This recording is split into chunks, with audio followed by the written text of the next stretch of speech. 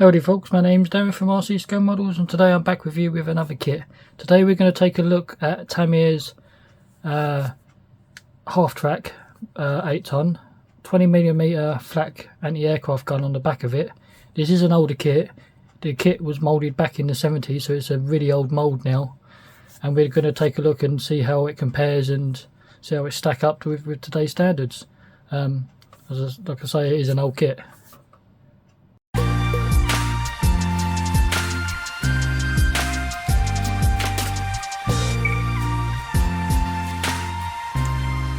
So folks, what we get inside this one is Tamiya's standard way of doing their boxing. It hasn't changed all this time they've been doing it. It's still white. This is a re-release, but the moulding is from the 70s. So we have this side of the box, information in Japan, and it states down here Tamiya 1975 kit. But the moulding release doesn't say on that side.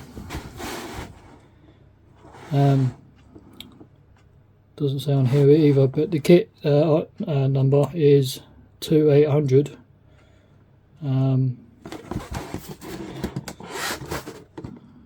Doesn't stay on that side. So unless this is the 75 moulding and box, but nonetheless we're going to take a look and see how it stacks up to today. Standard reason why I say it's a re-release, because you get tips and tricks, and this comes all in their new stuff. Instructions, you get two types. You get the English version and the Japanese version, and then you got your kit basically. And the reason why I say from the moulding, because it states on this part in here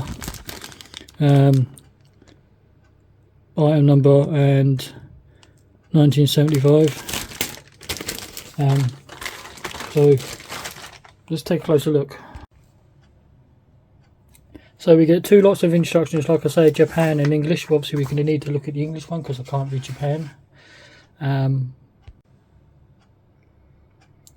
So the very front of the instructions is basically the same. It hasn't changed. This is all history, so it's good reading.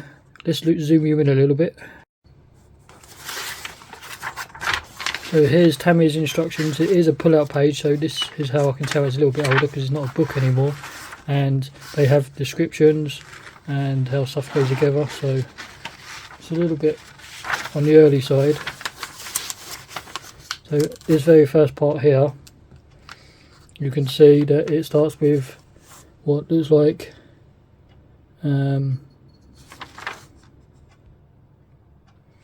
the anti-aircraft gun. So this part is basically the framing, and then we have the floor and the mechanism and the seats to make it go up and down and stuff. And then it goes down to the bottom part, which is the actual cannons itself, assembly.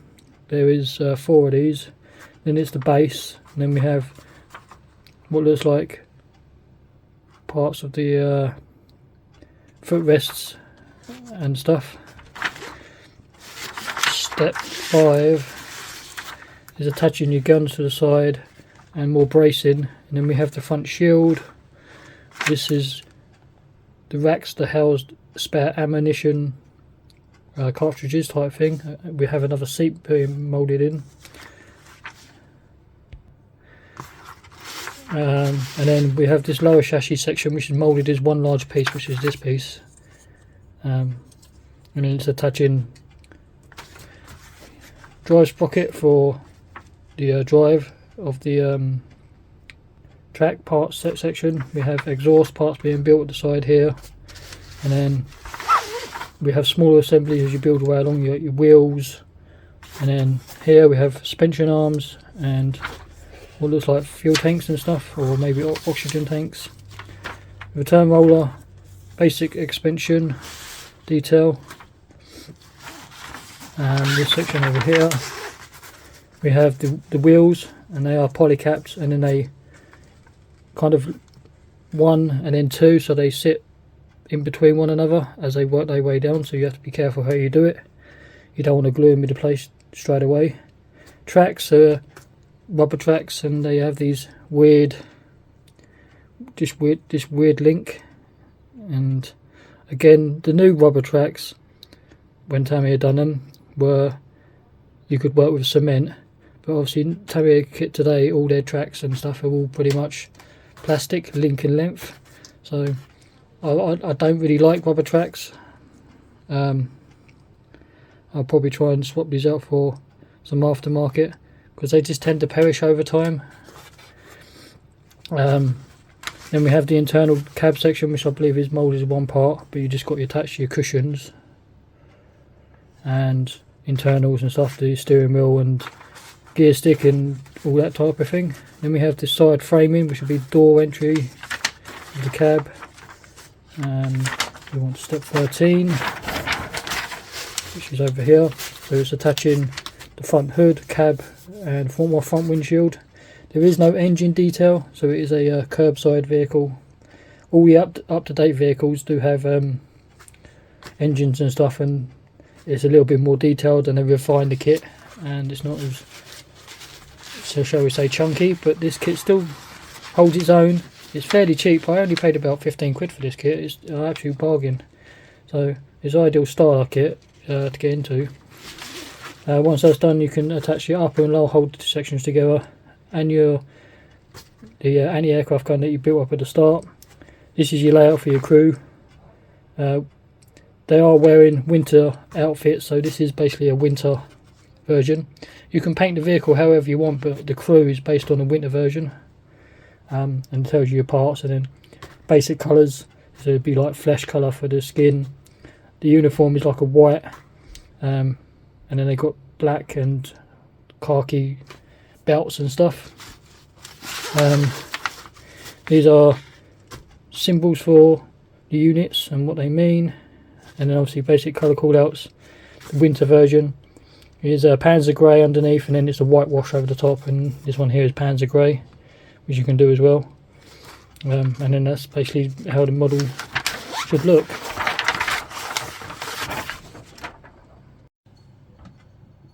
So these sections here is the lower chassis, and you can see it's a little bit chunky, and the way it's done, it's not as refined as it is today, but like I say, for a cheap kit now, it's more than enough, and it'll just be a fun build at the end of the day. So we have part of the engine and oil pan by looks of things, and whatever it is at the front all moulded. Fenders are moulded in, and part of the frame is moulded, so it's not too bad. We do get a little bag of parts, so we get some rubber tyres. They are quite stiff, very stiff tyres on this one. A couple of rods in the bag, I just imagine it's for your wheels, and a couple of screws. And then that's pretty it for that bag. As I say, I mentioned about the rubber tracks before. They will work, but I find they seem to perish over time, and I'm not sure if they've put newer ones in or older ones. I'm not sure if these rubber tracks are from the 70s like the kit is. I'm not sure. When it comes to build this, I'll probably just build it as is, and then at a later date, if the tracks do perish, I can replace them. I won't be throwing any aftermarket at this. This would be just a fun build, basically, out the box.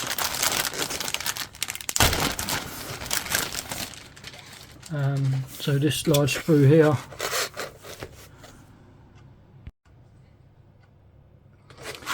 so we have the oil tanks and stuff, and then you have your detail for your cab, your steering wheel and parts, the dash, drivetrain, parts of your hood, front grille, internals, here are parts of your seat. Can't remember what this may be. This is the part of the crew compartment, so like it is moulded as one large piece. This is all your suspension. Like today's kits will be separate parts, and the detail will be much refined, but early days it's large chunks.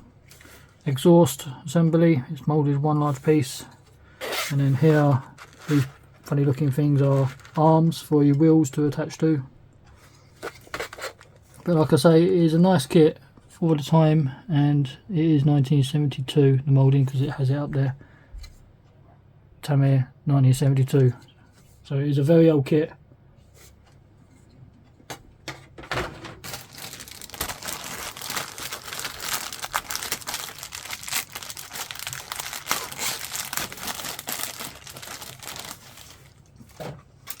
So we have a couple of parts in here. So this one has the shield for your guns. This is all gun assembly. These are your anti-aircraft guns, the cannons. They are, today's standard, they would be slide moulded and they probably would have been drilled out and stuff, but today, sorry, with this kit you're going to have to drill them out. But there is aftermarket to replace it, but like I say, I'm not going to do that. I'm just going to build this as is.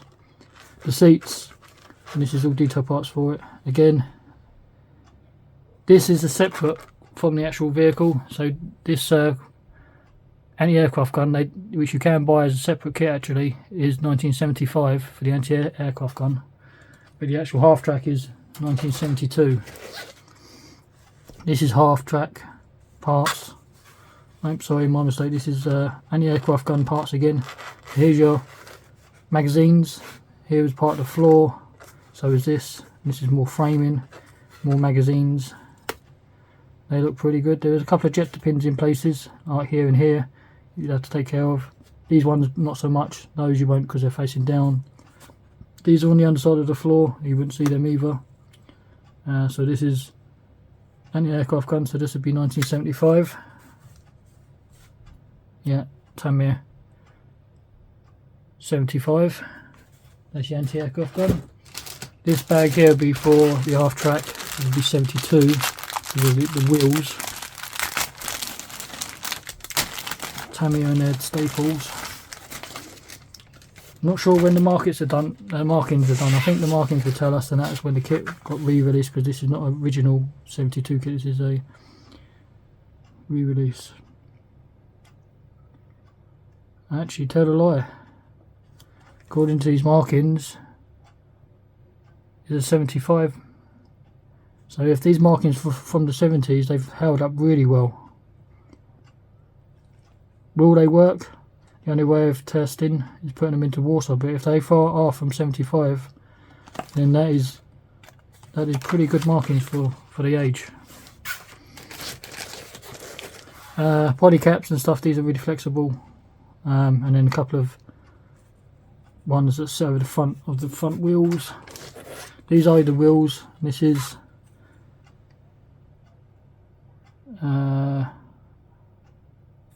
doesn't have a date on this one, does it? Yeah, this is a 72 moulding. So like I say, I keep showing you these dates, but I just want to remind it is an old kit. Wheels are nicely done though, even for this age. So very nicely. I think these are the outer and these are like the inners, because they're slightly shaped differently. They do have. Do they have the tie? Do these are these tired version, or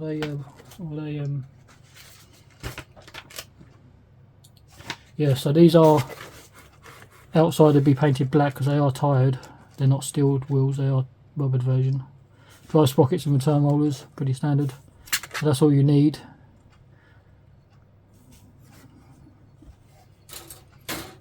And then the last bag is through.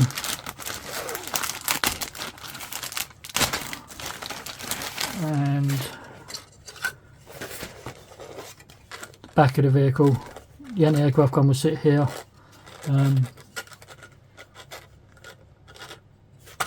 We have the anti-slip texture diamond plating, which is pretty nice for scale, even for the age. That's why I like Tamiya, because they're easy to build and the details really good, and it just holds up even for the age of the kit. This is the side rails which go around the edge of the frame to stop the crew from falling off if they're working on the back and they're up. But if they're working on the actually using the gun, these will be down, and it makes the back deck wider. So there is, again, featherettes you can get for this, but for what you get within the kit, they give you this fabric type thing, netting, this fabric net. Don't know how well you're going to see that because it's black on black. So you're going to have to glue this into place, and then you have to then cut it to shape. So you make sure you get it right quite first time, because they only give you enough to do so much. They do give you the canvas type hood as well. That's an optional part if you want it on or off. The windshield. I don't remember seeing any plastic for the windshield. Tell a lie, the plastic's in there. They're giving you what they call it. What's that thin plastic? Can't think what they call it. The clear plastic parts. The crew, they are quite fat and chunky. This is how the figures were done back in the day. Bear in mind they are wearing a winter suit as well, so that will make you a little bit bulgy. But again, I think figures are quite difficult for me to paint. I'm not a figure painter, but I am trying to learn. But I think Tamiya figures are pretty good anyway. They're not overly expensive. So they give you the legs and the faces and arms, different equipment. Again, they are in a white sprue, obviously because they're wearing a white winter suit anyway.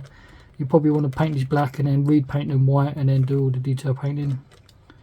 And obviously their white suits won't be crisp white. They'll be quite dirty as well, so it'll be white with an off brown stain all over it, possibly. But you get nice equipment as well, helmets, so, and the rifles as well. So pretty good overall. So there you are, folks. Once again, I will thank you for taking the time to look at the video.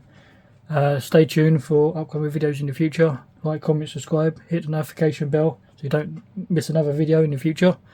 As I say, we're going to go through some older kits and see how they stack up. We're going to start with Tamiya's range of older stuff from the 70s. So yeah, this is the half track with the anti-aircraft gun. Like, comment, subscribe, and I'll catch you next time.